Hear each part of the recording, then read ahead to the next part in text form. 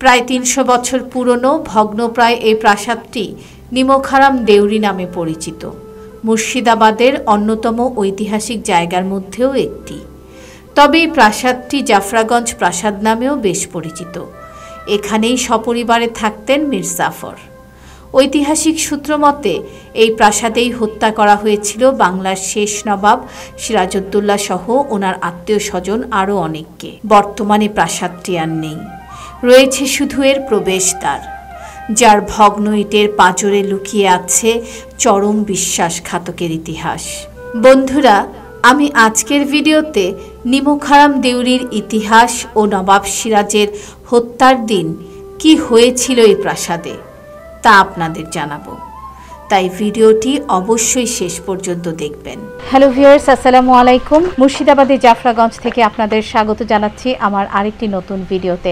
আমি এখন দাঁড়িয়ে আছি বাংলার ইতিহাসের বিশ্বাসঘাতক নামে যিনি পরিচিত মীর জাফর আলী খানের বাড়ির সামনে। এখানে একে বলা হয় নিমকহারাম দেউরি। বাংলা, বিহার, উড়িষ্যার শেষ স্বাধীন নবাব সিরাজউদ্দৌলা 23শে জুন 1757 সালে পলাশীর আম্রকাননে এক প্রহসনের যুদ্ধে পরাজিত হন ক্লাইভের নেতৃত্বাধীন ইংরেজ বাহিনীর কাছে। এই পলাশী যুদ্ধের ইতিহাসের সঙ্গে জড়িয়ে আছে একটি দরজা, যার নাম বর্তমানে নিমকহারাম দেউরি বা বেঈমানের দরজা। বিশ্বাসঘাতক কুল শিরোমণি প্রধান সেনাপতি মীর জাফর আলী খান সপরিবারে এখানেই বসবাস করতেন। জাফরাগঞ্জ প্রাসাদের প্রধান ফটকই পরে অভিহিত হয় নিমকহারাম দেউরি নামে। পলাশীর যুদ্ধের পর থেকে মানুষের মুখে মুখেই প্রতিষ্ঠিত হয়ে যায় এই ঘৃণা ভরা নাম। বর্তমানে ভারতের পশ্চিমবঙ্গের মুর্শিদাবাদ শহরের লালবাগ এলাকার জাফরাগঞ্জ সিমেট্রির ঠিক বিপরীত দিকে অবস্থিত এই প্রাসাদটি দেখতে পাওয়া যায়। মিনার সম্বলিত প্রাসাদটি তখন কামান দ্বারা সুরক্ষিত ছিল। তবে বর্তমানে প্রাসাদের কোনো চিহ্ন না থাকলেও সেই বিখ্যাত দেউরিটি এখনও দাঁড়িয়ে আছে যেন মীর জাফরের নিমকহারামের সাক্ষ্য দিতে। পলাশী যুদ্ধের আগের দিন ষড়যন্ত্রকারীদের কুখ্যাত বৈঠকটি এখানেই অনুষ্ঠিত হয়েছিল। সেই বৈঠকে অংশ নিয়েছিল ইংরেজ সেনাপতি ওয়াট, মীর জাফর এবং তার কুচক্রী পুত্র মিরন।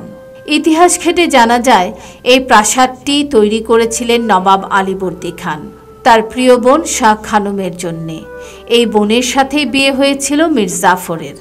আলীবর্দী খানের মৃত্যুর পর নবাব হন সিরাজউদ্দৌলা, কিন্তু নানা কারণে তা মেনে নিতে পারেনি নবাব সিরাজের খালা ঘসিটি বেগম, মীর জাফর এবং জগৎ শেঠের মতো কিছু ব্যক্তি। তারা ইংরেজের সাথে ষড়যন্ত্র করে নবাব সিরাজকে সরানোর জন্যে, আর ষড়যন্ত্র হয়েছিল মীর জাফরের এই বাড়িতেই। মীর জাফর ছিলেন নবাব সিরাজের প্রধান সেনাপতি, আর উইলিয়াম ওয়ার্স ছিলেন ইংরেজদের কাশিম বাজার কুঠির প্রধান। পলাশী যুদ্ধের আগের দিন ওয়াটকে প্রাসাদে স্বাগত জানান জাফর পুত্র মিরন। বৈঠকটি অনুষ্ঠিত হয় প্রাসাদের হেরেমে। ধুরন্ধর ওয়াট মীর জাফরের মাথায় পবিত্র কোরআন আর মীর জাফরের হাতকে পুত্র মিরনের মাথায় স্থাপন করেন। মীর জাফর উপরওয়ালার নামে শপথ করেন তিনি যুদ্ধে ইংরেজদের প্রতি বিশ্বস্ত থাকবেন। পরের দিনই অনুষ্ঠিত হয় পলাশীর যুদ্ধ এবং সত্যি সত্যিই বেইমানি করে যুদ্ধের ময়দানে নিষ্ক্রিয় থাকেন মীর জাফর আর ষড়যন্ত্রে অংশ নেয়া মিত্ররা। যুদ্ধে পরাজয় নিশ্চিত দেখে নবাব সিরাজ তার প্রিয়তমা স্ত্রী লুৎফুন্নেসা আর কন্যা জোহরাকে নিয়ে ভাগীরথী নদী দিয়ে পালিয়ে যাচ্ছিলেন তার বাবার দেশ বিহার মুঙ্গের।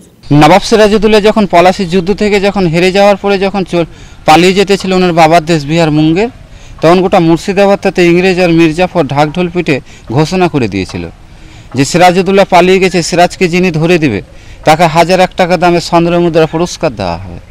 ওই দানিশ ফকির জানত নবাব সিরাজউদ্দৌলা পরিবার নিয়ে ওনার নৌকোতে করে পালিয়ে যেতেছিল। তো সিরাজউদ্দৌলা পালিয়ে যাওয়ার টাইম পুরো গায়ের পোশাকটাকে পাল্টে দিয়েছিল। তার পায়ে ছিল নাগরা জুতো, হীরামতি মুক্ত দেশে জুতোটা সিরাজউদ্দৌলা পাল্টাতে পারেনি। ওই জুতোটা দেখে ওই দানিশ ফকির চিনে নিয়েছিল, সেটা হচ্ছে রাজমহল ঘাটে, সেটা এখন ঝাড়খণ্ড জেলা পড়ছে। ওনার নৌকো থেকে যখন সিরাজউদ্দৌলা নেমে চলে যাচ্ছে পরিবার নিয়ে, ওই দানিশ ফকির পায়ের দিকে ফলো করে দেখছে যে হীরামতি মুক্ত দেশ জুতো এ তো সাধারণ মানুষ পরে নেই আমলে, নবাব ছাড়া। সিরাজউদ্দৌলাকে চিনতে পেরে উনি আটকে দিয়েছিল যে তোমরা তো বহু দূর থেকে আসছো, তোমরা এখানে বিশ্রাম না, তোমাদের জন্য আমি কিছু খাওয়া দাওয়ার ব্যবস্থা করে দিই। ওই দানিশ ফকির সেই সুযোগটা নিয়ে মির্জাফরের বাড়িতে খবর দিয়ে দিয়েছিল যে নবাব সিরাজউদ্দৌলা অমক জেহাদ দিয়ে পালিয়ে যাচ্ছে। সিরাজউদ্দৌলাকে রাজমহল ঘাট থেকে ঘিরাপ করে ধরে আনা হয়েছিল, সেটা এখন ঝাড়খণ্ড জেলা করছে। ধরে নিয়ে এসে এই বাড়িতেই বন্দি করে রাখা হয় নবাবকে। নবাব সিরাজকে বাংলার মসনদ থেকে উৎখাত করার পর ইংরেজরা প্রতিশ্রুতি অনুযায়ী মীর জাফরকে সেই পদে বসায়। সিরাজকে নিয়ে কি করা যায় এ নিয়ে সভাসদদের নিয়ে মিটিং করেন মীর জাফর। সভায় 3টি সিদ্ধান্ত আসে।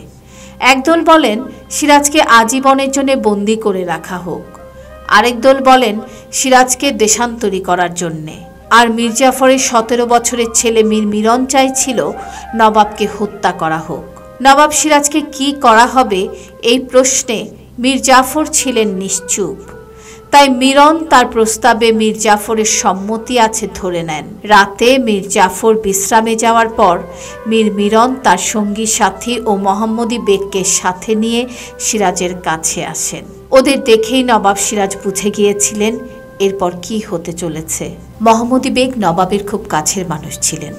তার পরিবারই আশ্রিত, প্রতিপালিত এবং প্রতিষ্ঠিত হন। নবাব সিরাজ আবেদন করেছিলেন, আমাকে যদি তোমরা হত্যাই করো তাহলে তার আগে আমাকে ভালো করে গোসল করতে দাও, অজু করতে দাও, 2 রাকাত নফল নামাজ আদায় করতে দাও। নবাব সিরাজকে দ্রুত হত্যা করার তাগিদে কোনো রকমে 1 ঘড়া পানি ওনার মাথায় ঢেলে দেওয়া হয়। নবাব সিরাজ যখন বুঝলেন তাকে ঠিকমতো গোসল করতে দেওয়া হবে না, নামাজ আদায় করতে দেওয়া হবে না, তখন তিনি আবেদন করলেন 1 গ্লাস পানি খাওয়ার। ঠিক তখন মোহাম্মদী বেগ পেছন থেকে নবাবের উপর প্রথম আঘাত হানেন।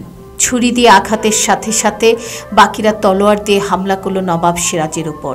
ধীরে ধীরে নিথর হয়ে গেলেন নবাব সিরাজ, মাথা ঝুঁকে পড়ল। কিন্তু পাষণ্ডরা এখানেই থামল না। নিষ্ঠুর নির্মমভাবে নবাব সিরাজের দেহ ছিন্ন বিচ্ছিন্ন করে ফেলল।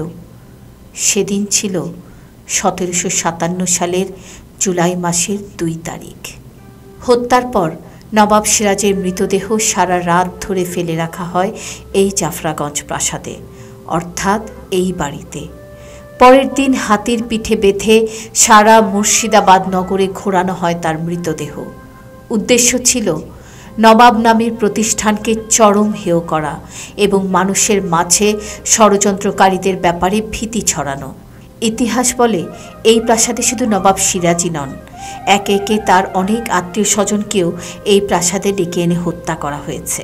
নবাব সিরাজ সহ বাকিদের কবর আজ অবধি আছে ভাগীরথী নদীর ওপারে খোশবাগে।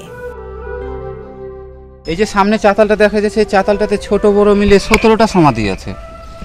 নবাব সিরাজউদ্দৌলাকে যখন মীর জাফরের বাড়িতে যখন বন্দি করে রাখা হয়েছিল নিমখরাম দুয়ারিতে, তখন সিরাজউদ্দৌলাকে বলেছিল মীর জাফরের ছেলে মিরন আর রবার্ট ক্লাইভ যে সিরাজ তোমার শেষ ইচ্ছে কী আছে মরার আগে? নবাব সিরাজউদ্দৌলা বলেছিল যে বিহার এলাকার কিছু ঢাকায় আমার আত্মীয় স্বজন আছে, তাদেরকে আমি দেখতে চাই, এটাই হচ্ছে আমার শেষ ইচ্ছে। তখন ইনাদের 17 জনকে নিমন্ত্রণ করে ডেকেছিল। ইনারা এসেছিল সিরাজউদ্দৌলার সঙ্গে দেখা করার জন্য মীর জাফরের বাড়িতে। মীর জাফরের ছেলে মিরন উনি দেখছে যে ইনারা হচ্ছে সিরাজউদ্দৌলার আত্মীয়। ইনারা যদি সিরাজউদ্দৌলার সঙ্গে দেখা করার পরে যদি ঘুরে চলে যায় ওনাদের দেশ, তাহলে তো পরবর্তী এনারা সিরাজউদ্দৌলার হয়ে দাবি করতে পারে বা যুদ্ধ ঘোষণা করতে পারে। এই কারণে এনাদের 17 জনের মধ্যে কাউকে আর ফিরে যেতে দেয়নি। এনাদের জন্য যে খাবার বানিয়েছিল ওই খাবারটাতে মিরন বিষ মাখিয়ে দিয়েছিল। ওই বিষ মাখানো খাবার এই 17 জনকে খাইয়ে একই দিনে এই 17 জনকে হত্যা করেছিল। যুগ যুগ ধরে এই প্রাসাদটি নিমকহারামের প্রতীক হয়ে রয়ে গেছে। নিমকহারাম একটি হিন্দি শব্দ, যার মানে এমন কেউ যাকে বিশ্বাস করা যায় না, আর দেউরি বলতে বোঝায় দরজা। তাই নিমকহারাম দেউরি কথাটার অর্থ দাঁড়ায় অবিশ্বাসীর দরজা বা বেঈমানের দরজা। বেঈমান মীর জাফরের কুকীর্তির সাক্ষ্য হিসেবে এই নিমকহারাম দরজা এখনও দাঁড়িয়ে আছে। মীর জাফরের দূষিত মৃতদেহ পচে গলে মিশে গেছে মাটিতে। নওয়াবী আমলের সব স্থাপনাই আজ ধূলিসাৎ। তবে সেই নিমকহারাম দেউরি আজও দাঁড়িয়ে আছে মীর জাফরের বেঈমানির প্রতীক হয়ে। এই নিমকহারাম দেউরির বাইরে লেখা আছে প্রবেশ নিষেধ। তো ওর ফ্যামিলি লোকজন থাকে ভিতর, তখন এমনকি যেই যায় সেই বলে গালাগালি করে উল্টোপাল্টা কথা বলে, ওই জন্যই লিখে দিয়েছে এখানে প্রবেশ নিষেধ, তাছাড়া এমন কিছু না।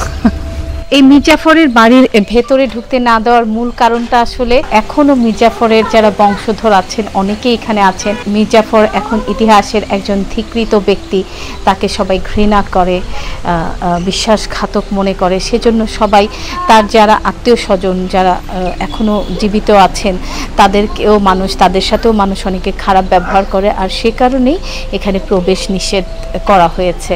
শোনা যায় 1897 সালে ভূমিকম্পে এই প্রাসাদটি সম্পূর্ণ ভেঙে যায়। যেন নিয়তিও চায়নি বেঈমানের মূর্ত প্রতীক বিশ্বাসঘাতকতার এই চিহ্ন প্রাসাদটি আস্ত টিকে থাকুক। যতটুকু টিকে আছে তা যেন মির্জাফরের বিশ্বাসঘাতকতা আর মিরনের হিংস্রতা আমাদের বারবার স্মরণ করিয়ে দেওয়ার জন্যেই। মুর্শিদাবাদের নিমকহারাম দেউরি থেকে আমার আজকের ভিডিও আমি এখানেই শেষ করছি। আশা করি আমার ভিডিওটি আপনাদের ভালো লেগেছে। ভালো লাগলে অবশ্যই লাইক, কমেন্ট, শেয়ার করতে ভুলবেন না। যারা আমার চ্যানেলটি সাবস্ক্রাইব করেছেন তাদেরকে অনেক ধন্যবাদ। যারা এখনও আমার চ্যানেলটি সাবস্ক্রাইব করেননি আমার চ্যানেলটি সাবস্ক্রাইব করবেন, বেল বাটন প্রেস করে রাখবেন যেন নোটিফিকেশান পাওয়ার সাথে সাথেই ভিডিও দেখতে পারেন। সবাই ভালো থাকবেন, সুস্থ থাকবেন। আল্লাহ হাফেজ।